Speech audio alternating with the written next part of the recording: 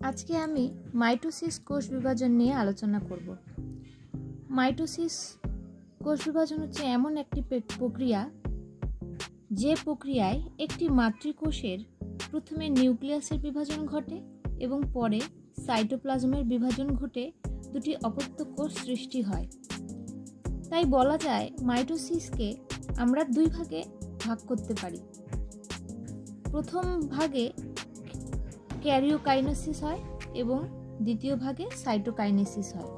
এই ক্যারিওকাইনেসিসকে আবার আমরা চারটি দশায় ভাগ করে থাকি: প্রোফেজ, মেটাফেজ, অ্যানাফেজ এবং টেলোফেজ। আজকে এই চারটি দশায় আমরা ছবি সহ আলোচনা করব। প্রোফেজ দশা। প্রোফেজ দশায়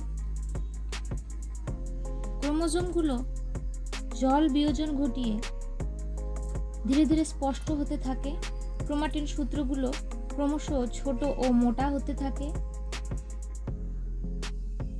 এবং নির্দিষ্ট সংখ্যক ক্রোমোজোম সৃষ্টি করে। সেই ক্রোমোজোমগুলোকে আমরা পরিষ্কারভাবে দেখতে পাই। আর প্রত্যেকটি ক্রোমোজোম ক্রোমাটিড তৈরি করে দুটি করে। এরা সেন্ট্রিওল অংশে পরস্পরের সাথে যুক্ত থাকে। তাই প্রোফেজ দশার ছবিটা এইভাবে করে আঁকবে তোমরা। এটা হচ্ছে সেন্ট্রিওল, আর সেন্ট্রিওলকে মাঝখানে রেখে ক্রোমাটিডগুলোকে দুদিকে আঁকতে হবে। এগুলো প্রত্যেকটাই, এরা চারটা যেটা ছবি আঁকলাম, প্রত্যেকটা এক একটা ক্রোমোজোমগুলোকে স্পষ্ট এবং পরিষ্কারভাবে বোঝা যাচ্ছে। আর ক্রোমোজোমের এগুলো হচ্ছে ক্রোমাটিড।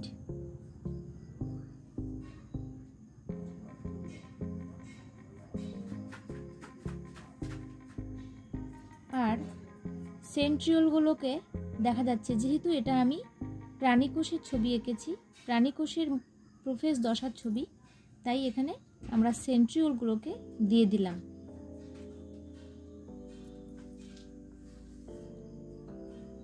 ক্রোমাটিড দ্বয়, যেহেতু দুটো ক্রোমাটিড রয়েছে।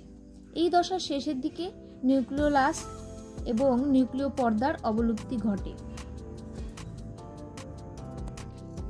এরপরে দ্বিতীয় দশাটির নাম হচ্ছে মেটাফেজ দশা।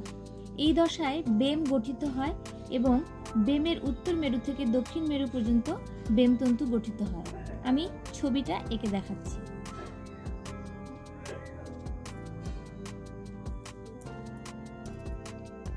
এই দশায় শুরুর দিকে নিউক্লিওলাস এবং নিউক্লিয় পর্দা সম্পূর্ণভাবে বিলুপ্ত হয় আর বেমটাকে পরিষ্কারভাবে বোঝা যায়।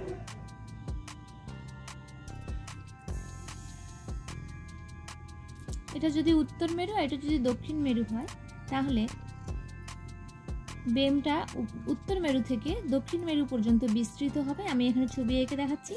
আর যে ক্রোমোজোমগুলো, সেগুলো এই নিরক্ষীয় অঞ্চলে বা বিষুব অঞ্চলের মধ্যেই অবস্থান করে।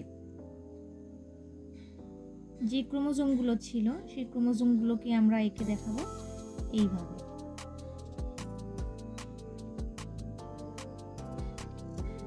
সবগুলোই নিরক্ষীয় অঞ্চলের মধ্যে থাকবে।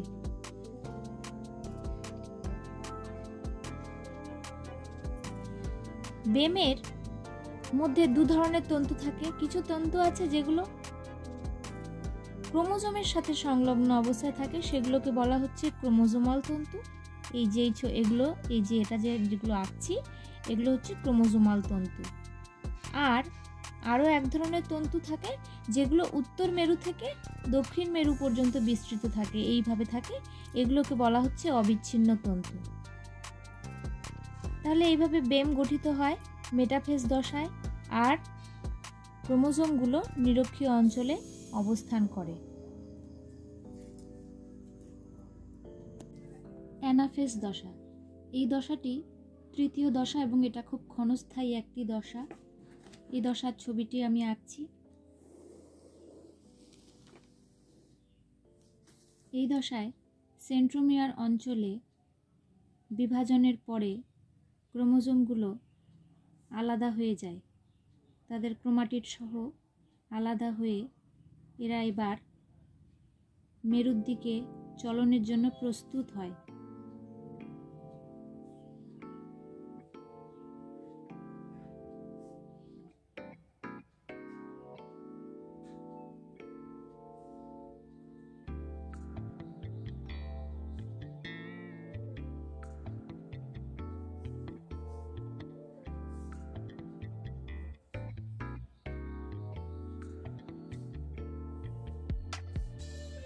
এভাবে ক্রোমোজোমগুলো বিভাজিত হয়ে ক্রোমাটিড অঞ্চলে বিভাজিত হয়ে এরা মেরুর দিকে চলনের জন্য আলাদা হতে শুরু করে।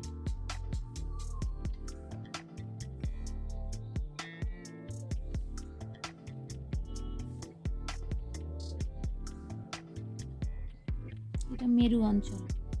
এই দিকেই ক্রোমোজোমগুলোর চলন এই দশায় শুরু হয়।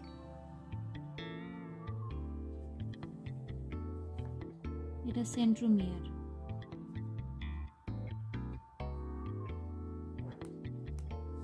আর এগুলো হচ্ছে ক্রোমাটিড।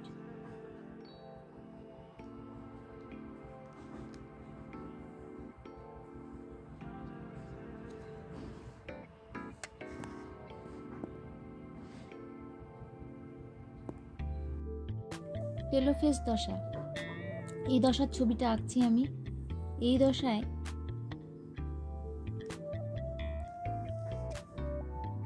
নিউক্লিয়াসগুলো বিভাজন শেষ হয়ে যায় এবং তারা দুটো আলাদা ভাগে ভাগ হয়ে যায় এবং যে ক্রোমাটিডগুলো যেগুলোকে পরিষ্কার বোঝা যাচ্ছিল সেগুলো এবার খুলে যেতে শুরু করে এবং কুণ্ডলীকৃত অবস্থায় এদেরকে দেখতে পাওয়া যায়। সব একসাথে মিলেমিশে থাকে, সেগুলোকে তখন আর আলাদাভাবে বোঝা যায় না। আর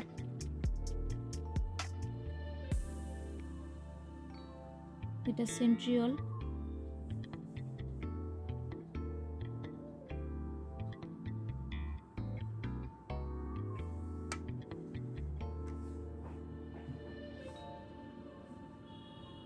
এই দুটো অপত্য নিউক্লিয়াস টেলোফেজ দশায় আলাদাভাবে পরিষ্কারভাবে বোঝা যায়। অপত্য নিউক্লিয়াস।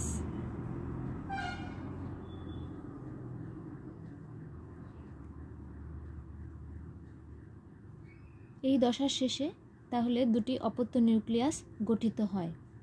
নিউক্লিয়াসের জল শোষণ, প্রসারণ এবং নিউক্লিক অ্যাসিড বিয়োজন ঘটে অপত্য নিউক্লিয়াস দুটি স্ফীত হয়ে পূর্ণাঙ্গ রূপ ধারণ করে।